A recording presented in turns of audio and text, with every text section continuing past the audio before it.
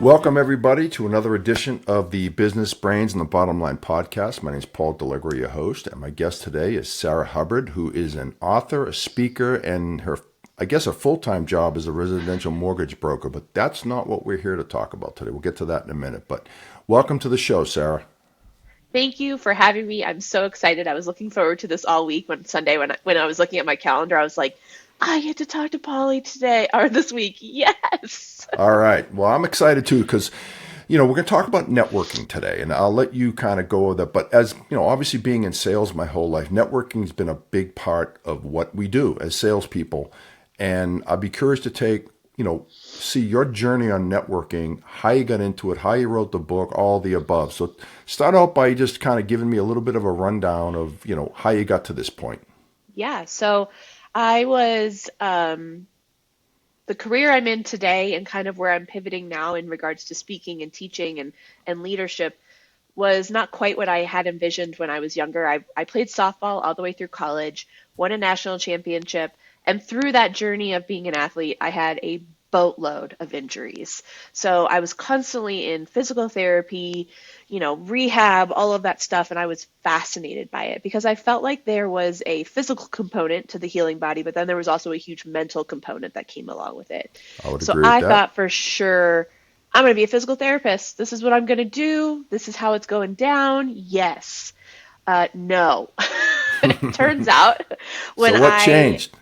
I couldn't get into school with a 3.9 GPA. I was rejected from 13 schools all on the East Coast. And when I went back to ask them, what else can I do? I'm working full time in the field. I'm volunteering. My GPA is strong.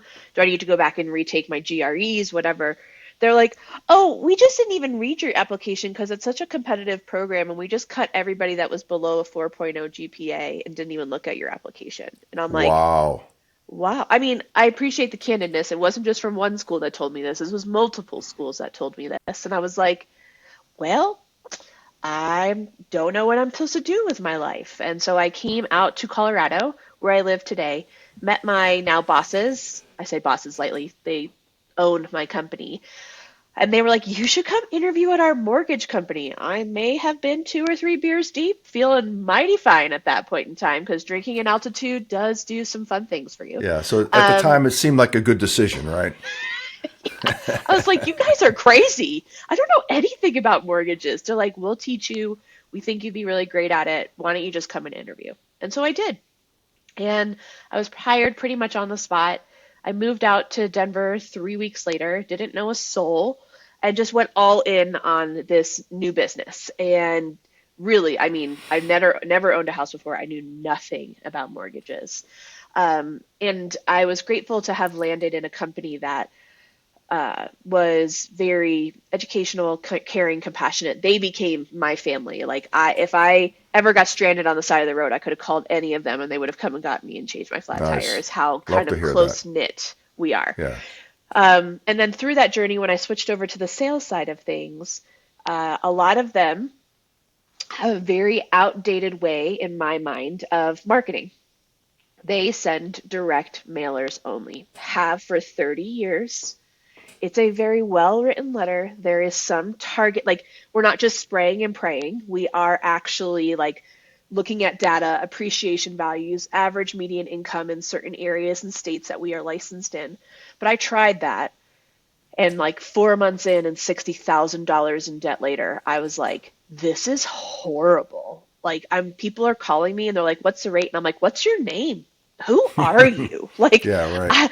I don't know what the rate is. There's so many things that go into it. And so for me, I was really struggling. 1, don't function super well in a lot of debt. But 2, it just was my extrovertedness and who I am and caring about people was just getting suppressed. And I was sitting behind a desk all day and I was like, oh no, this is not for me. Then I went to a mortgage conference.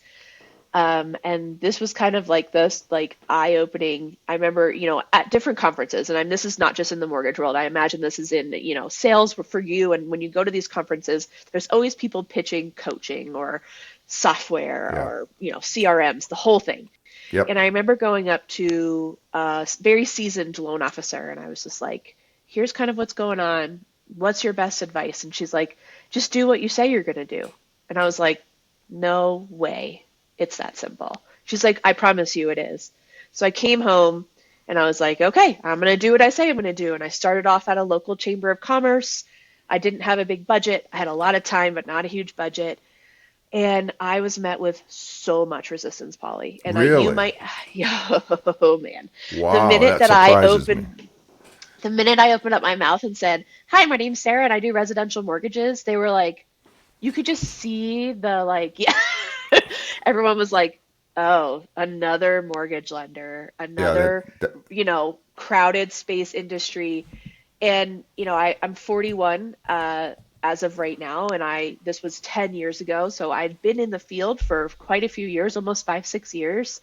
Wasn't new, but they said, "You look young, you're a lady, and your field of mortgage financing tends to be one of the most selfish people we've ever encountered while in networking." So I had this huge stigma on me prior to even like anybody knowing who I was as a human.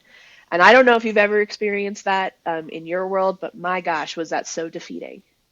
Yeah, that had to be discouraging at that time though, right? To hear all that. But wow. But I stuck with it, and what I did was I kind of made people my pseudo mentor.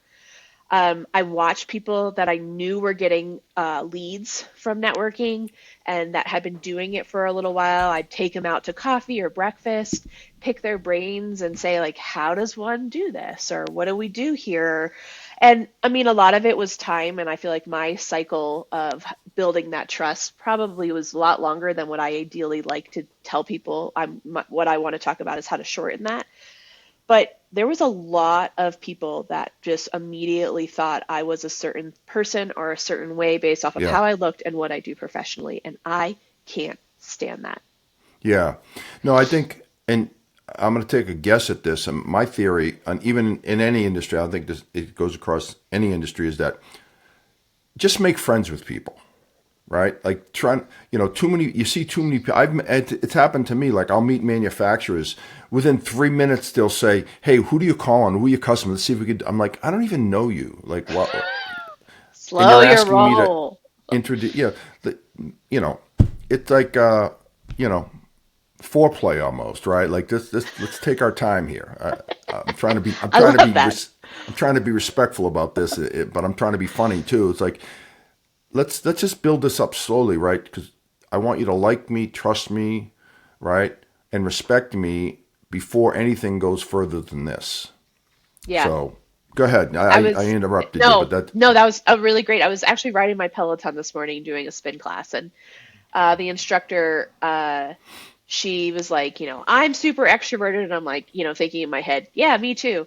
And then, like, the person over there, she's like, you could be the complete opposite, but there's common ground of why we are here doing this one thing, which at this moment happens to be exercise for whatever your reason is. But I yep, think about that in regards to networking as well.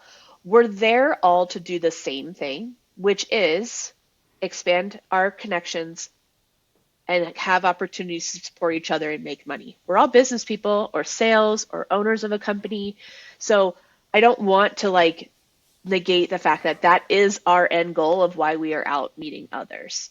But yeah, I think networking itself gets such a bad vibe yeah. I in think regards to like the word is like, yes, there is actually the word work is in the word networking. You have to work at it, but yeah. you also have to do it with aligns to you. Because if you don't, I promise you, the bullshittery meter is going to be reading far faster than everybody can know what to do with. Yeah, I mean, I look at it this way too. Like, if you go to networking events and not even just events, but networking with some relationships just aren't going to work, and that's okay, right? I've always felt that way, but there are going to be a few that there's some synergy. Like, oh, for instance, I'm an Italian guy from the Northeast, so obviously, if I meet another Italian guy from Boston, we're probably going to hit it off, right? Very well, actually. Pretty good chance. So you look for common ground, whether it be education, sports, family, and then you find some common ground you can build on. And again, Correct. it's okay if you don't sync with someone. It's not the end of the world. There's other people out there. And I think there's a scarcity mindset nowadays. There's COVID kind of threw a little wrench into like what we were kind of traditionally doing for better or for worse. I think Yep. there's pros and cons to all of that. But you are correct. And this is what I tell people as part of this framework that we're going to go over in a little bit. You have to be curious. You have to be able to share a little bit about yourself. Now, I'm not saying you have to like put your heart on your sleeve, right? I am Right. that kind of person. So if you know me well, you know what's going on in my life, and that's how I roll. But if that is not comfortable for you, you have to be able to share a little bit about yourself to make it real, Okay. human, and connection, right? Because Yeah, if that you makes don't, sense actually. That's good it's advice. exactly what you just said. If I, not that I couldn't identify that you were from Boston by your accent, but if you didn't share that and you were just standing there, this is what I do, this is what I sell, and off you went, there's nothing memorable, there's nothing for anybody to hold on to in their brain about Sure. Ollie or about Sarah. So you have to interweave a little bit of personal and a little bit of professional, and it's kind of a delicate balance that you Yep. just kind of learn how to do over time. Yeah, that's a great advice, and I guess subconsciously I do that right now that Yep. you're mentioning, and I'm like, okay, yeah. I mean, I'll start talking Patriots, and they are in the Super Bowl, by the way, just so you know. They There's- actually beat the Denver Broncos last week, by the way. If yeah, anybody missed that, yeah, and there's this little game in 2 weeks called the Super Bowl that they're going to be in. Just you may have heard of it before. it's just a small game. It's not a Yeah, big deal. yeah.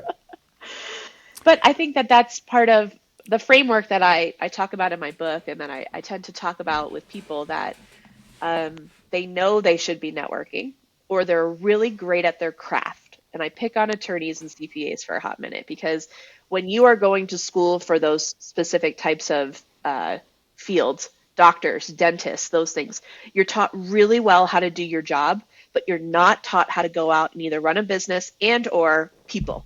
So if it's not something that comes innately natural to you, I think like you and I, it does, it has to be broken out pretty simply, and you need the tools in your toolbox to get you to be a little bit more people person and learn how to work those relationships a little bit better. And that's what the framework that I didn't even realize that it had like an acronym to it when I started teaching it a few years ago, but I was just like, this is what we do. And I was going through it. And then AI was like, you know that this spells the word map. And I was like, well, I didn't, but thank you so much. I'm going to take that and run with that now. But there's So when tools did that you? Let's everybody can back do. up a Go little ahead. bit. Obviously, you're writing a book, and by the way, Mhm. I'll give you a few minutes later on to talk about the book and when Sure. it's coming out and name and all that. But when did you decide that, hey, I've got a system here that I think works, and I'm going to start promoting it? What was the turning point for you? So I have in one of the other kind of bothersome things that I always got told was like, you need to add value to your referral partners. And I'm always like, okay, what does that mean? Like, how does one add value to people? And that answer is it varies for every single human, right? You have to know about who they are first to understand what they value second.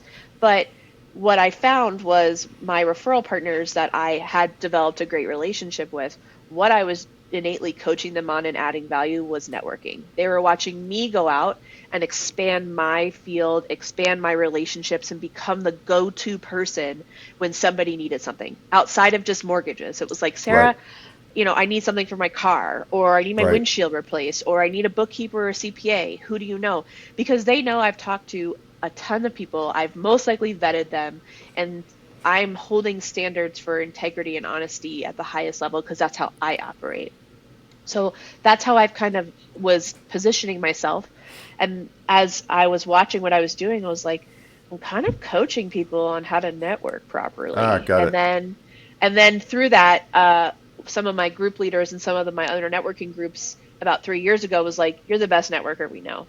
Can you talk to our group about networking? And I'm like, sure, that's that. I'd love to. That sounds really great. I'd be happy to do it.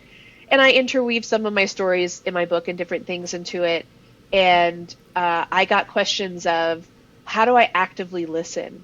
And what type of business card do I need to have? And very, very, very simple questions that I'm like, don't we have all of this figured out right now?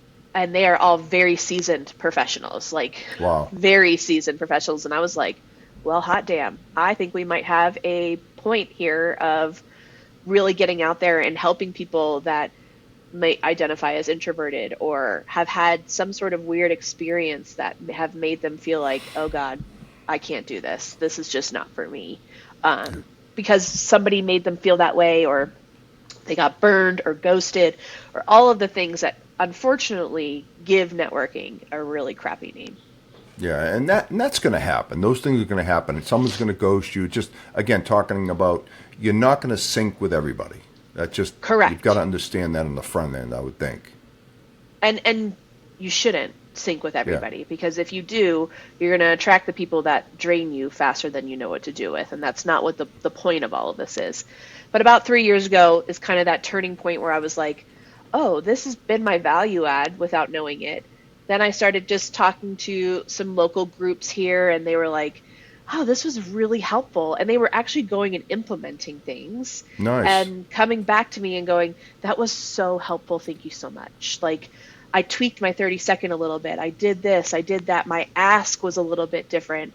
And now, this is what's been happening. And it was like, okay, this is actually like somewhere where people really need some help and direction. And if we could put a quick system in place for them, it's something that they can grab onto and implement and not feel so Yeah. overwhelming and daunting.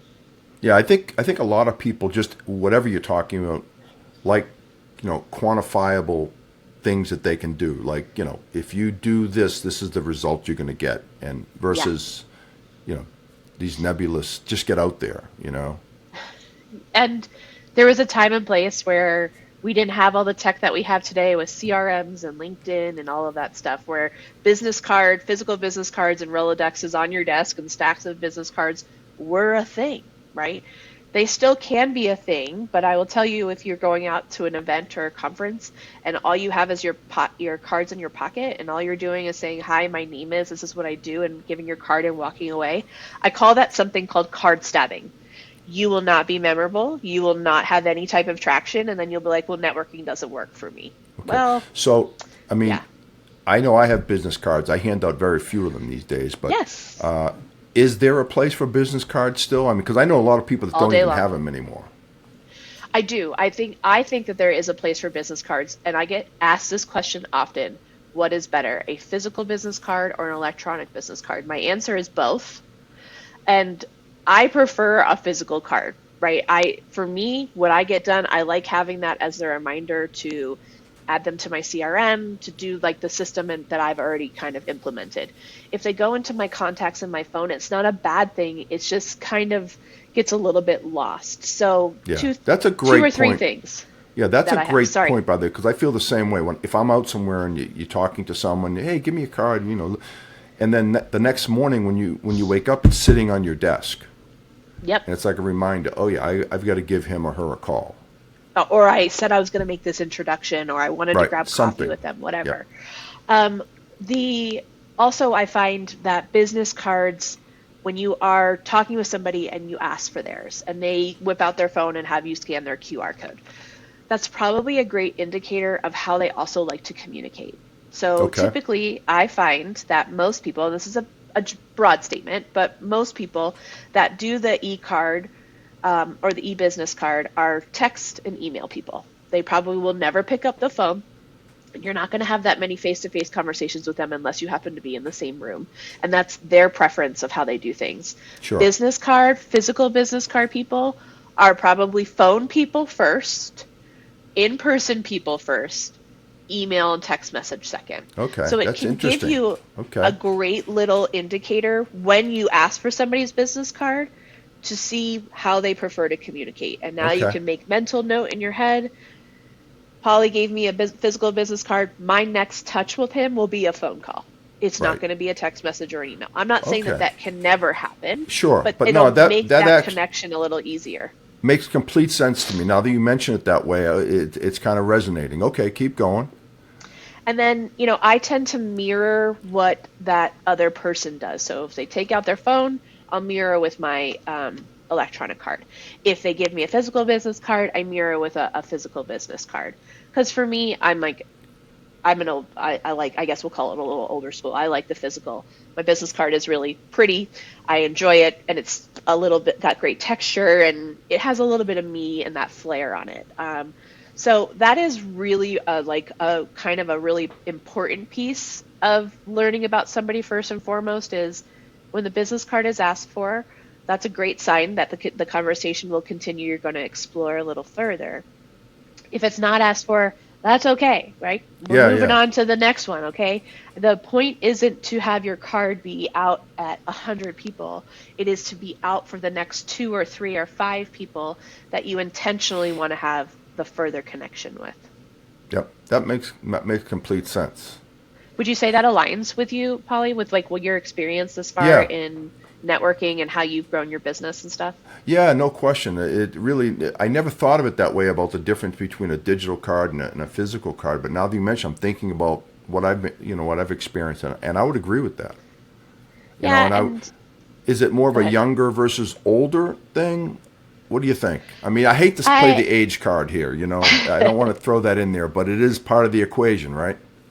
I think a little bit. I mean, in general, I do think that there is some factor to that, but I have also met some attorneys that are older, maybe on verge of retirement in the next 5, 7 years, and they're whipping out electronic cards, and you'll never get those bad boys on the phone, and that's totally okay. So it's hard to blanket the statement, but I do believe that some of our younger generation, I can't tell you how many times I go to an event, I'm like, hey, do you have a card? And they're like, my phone's dead and I don't have any physical business cards. And I'm like, well, Okay. well, Okay. here's mine.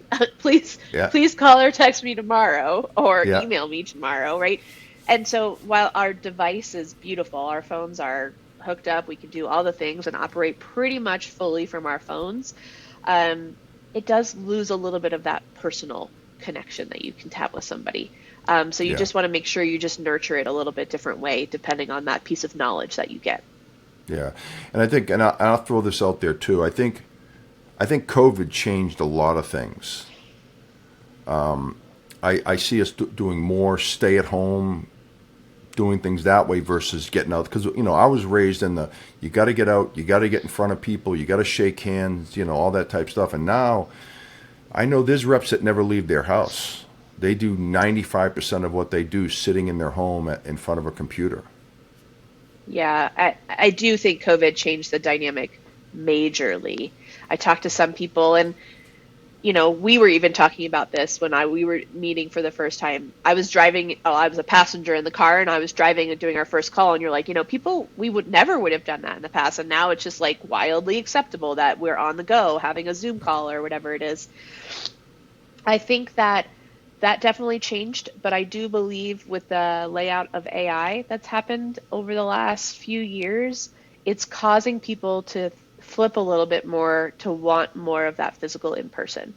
I listen to a lot of podcasts, and people are talking about business ideas of like, I got hired to go take a walk with my neighbor today because they haven't spoken to anybody else in person in a week. And I'm like, what?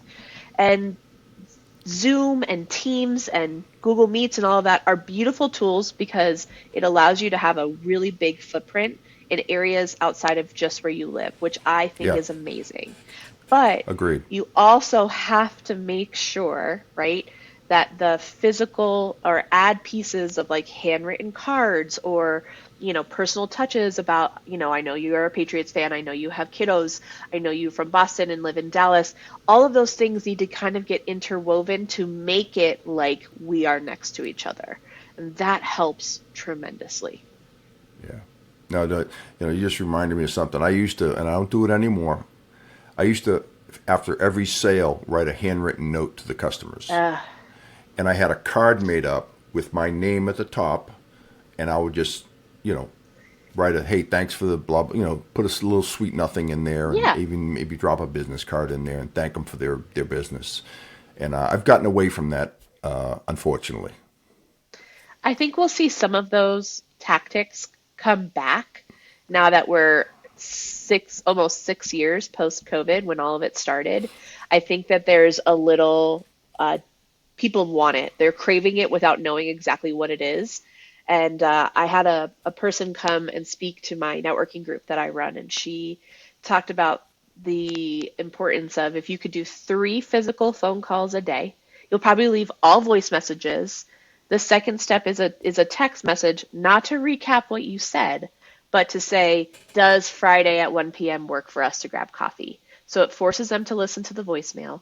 They'll respond most likely through text, so you'll get the outcome that you're looking at, and handwritten notes will elevate your business faster than you know what to do with. And this is Yeah. not just for ROI, but it's also for your network. You want to Yeah. remain top of mind somewhere, you want to be the go-to person to be known for this. That will help you stand out faster than you know what to do with. Yeah, I would agree with that. Again, no, not many people doing that. So you would just by doing that, you would stand out, I would think. Yep. There's very few. And there's a lot of cool tools now that make it look super, like you can order them and they actually look handwritten with impression of the notes and stuff for a time saving thing too.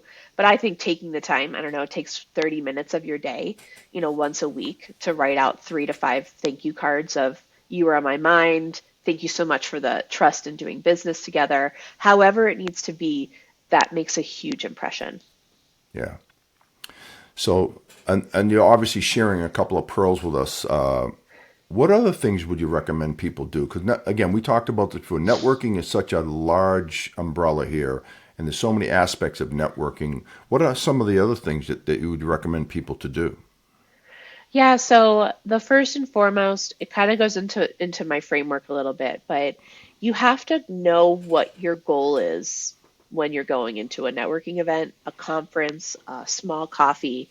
It doesn't matter the size of the event that you're going to, but you need to, one, be aware of what's going on with you and your business, personally and professionally, and you also have to know what you want out of this. Now, that may sound selfish for some people, but people innately want to help one another. Like Yeah. it's just part of our human nature. And so if you go in and you're like, yeah, that's great, that's great. I can't tell you how many times people don't have an ask at the end and they were like, yeah, that person was great, but I still don't quite know what they do or how I can help them. You have to go in with an ask. And if you Okay. can figure out what that is, AI can help you do it. And it sometimes is you just need another referral partner or opportunity for business that actually is giving the product that you sell. Sometimes it's just meeting 3 new people in the community or whatever. I want to know the go-to person that you call when you're struggling in your business. I want to know who they are and I want an introduction to them. Those are all great asks and very easy things that people can go, I have that. No problem. I'll Yeah. make an introduction for you.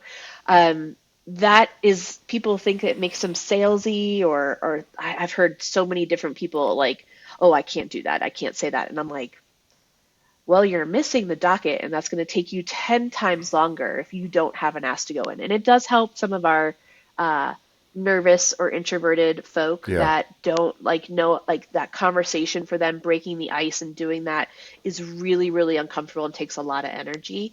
If they have an end goal of what they need and how to ask it, they can get that in with 2 to 3 people, and they've had a successful event because they've got their ask out there for 2 or 3 Yeah. people. I mean, So that is really, really important.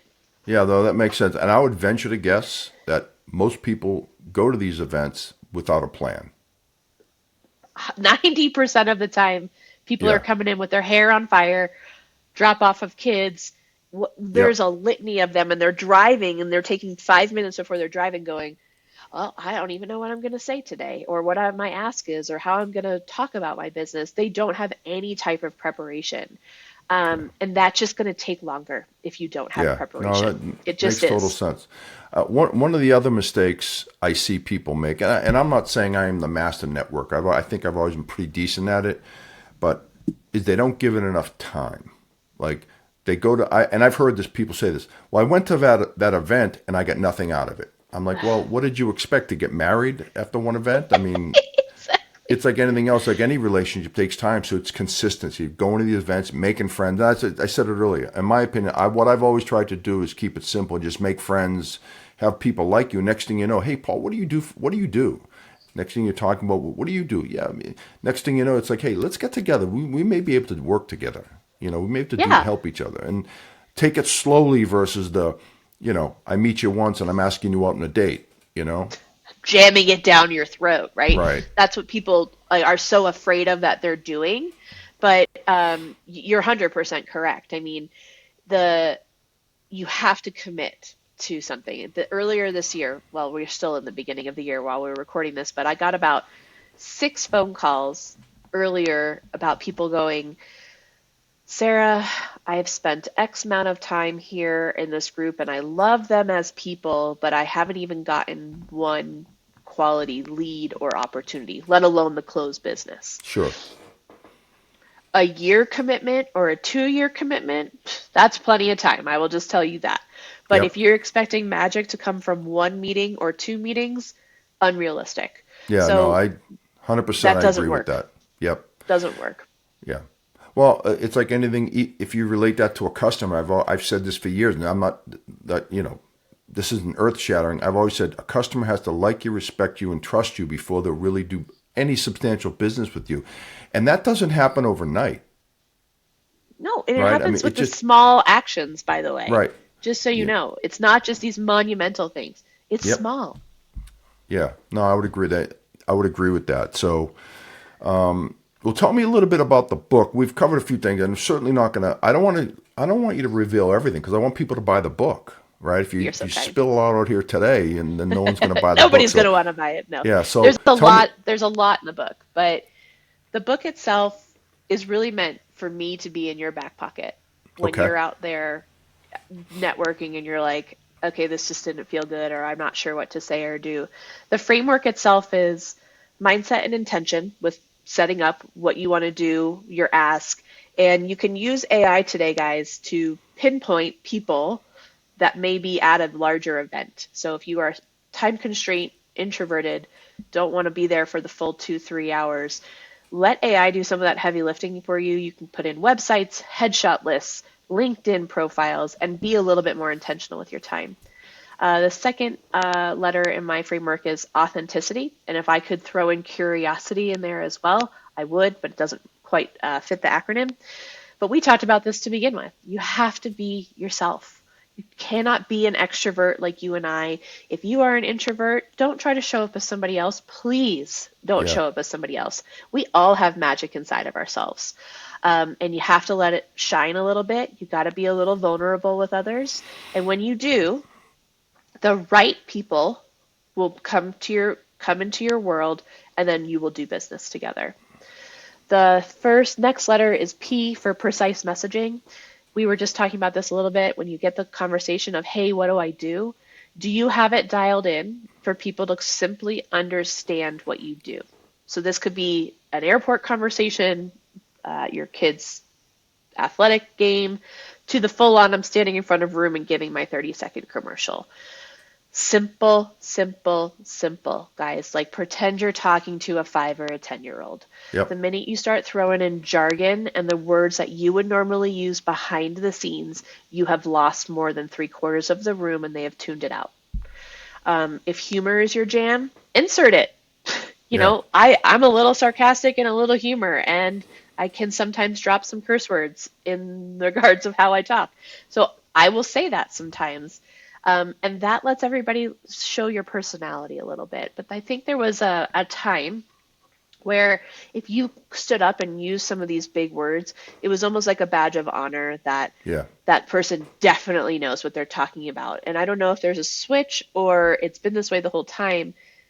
It People are like, it'll take them a lot longer to be like, oh, you were asking for this. This is what you do. No acronyms, no nothing. Keep it simple, keep it direct, keep it up your alley of personality.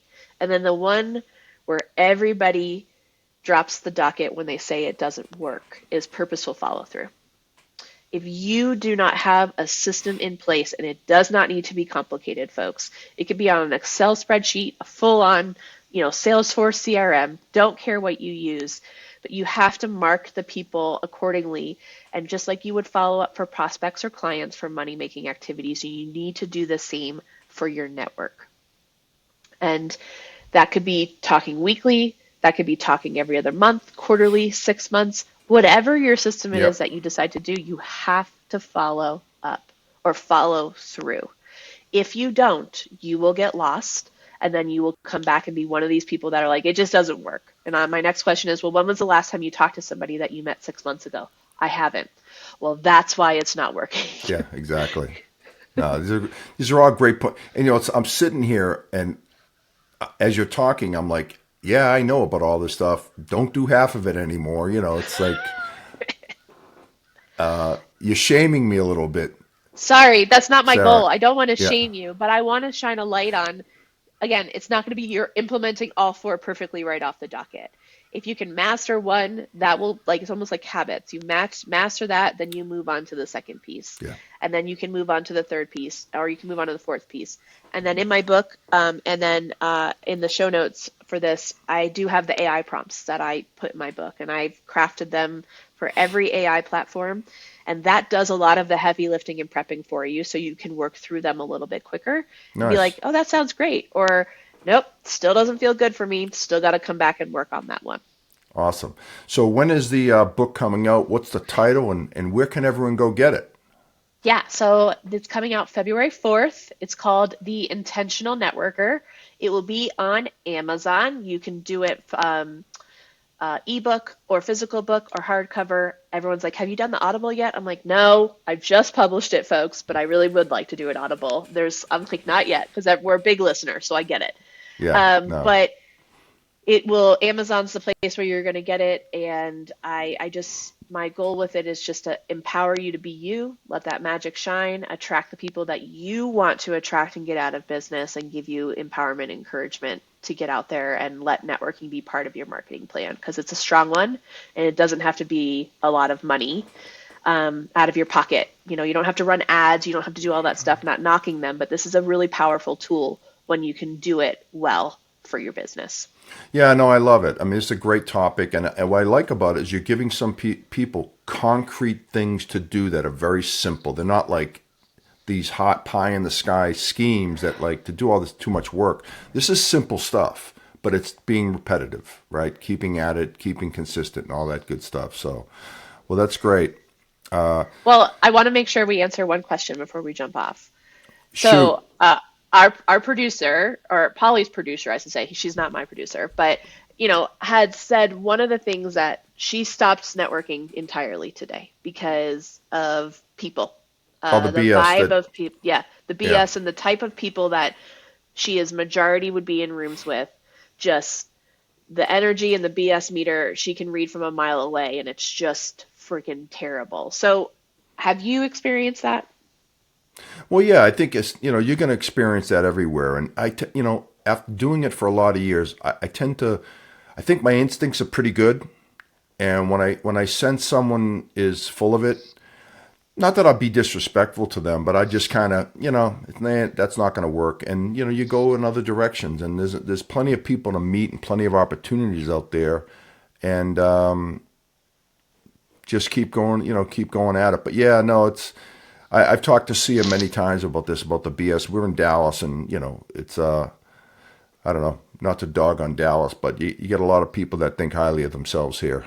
Well, that, and they're not super genuine. Yeah, And I say this as some married to a Texan, by the way. yeah, So when I go down there, there's a vibe that I get from a lot, not everybody, but for most people, when you're down there, they'll ask you questions, but then they're looking off somewhere in the distance, or they're looking at their phone, or they're just not actually engaged, nor do they care. It's almost like a nicety that they have to ask this yeah. stuff.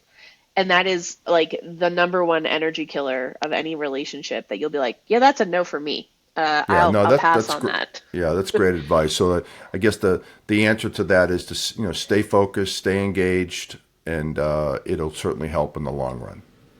Yeah, and maybe your networking efforts aren't as much in person anymore, even though I think there's a need for it. Maybe it is twice a year at a conference, or you're expanding your network intentionally on LinkedIn, and Yeah, not just because you need this many people to connect with. And yeah. that's a new form of networking as well. All right. Well, I think on that we'll call it a show here. Any last words for the audience out there before we part ways here? I would just say, that you all have power to do this. Make it your own, make it yourself, show up as you, be a little vulnerable, a little curious, and as soon as those things happen, a lot of magic can happen for yourself. Yeah, completely agree. You actually fired me up today, by the way, Sarah. Yes, that's what I'm going for, Polly. All right. So that's great. Well, Sarah, great having you on this show. I've really enjoyed this. It's a fun conversation. I have all sorts of different guests on, right? And I always do better with a subject matter that I'm a little bit familiar with, right?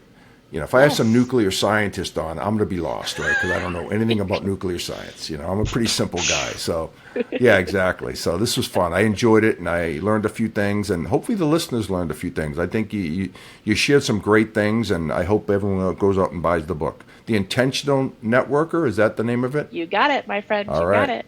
On Amazon, coming to you February 4th. See, I remembered that. Boo, boo. All right. Well, that's it for another edition of the Business Brains and the Bottom Line podcast.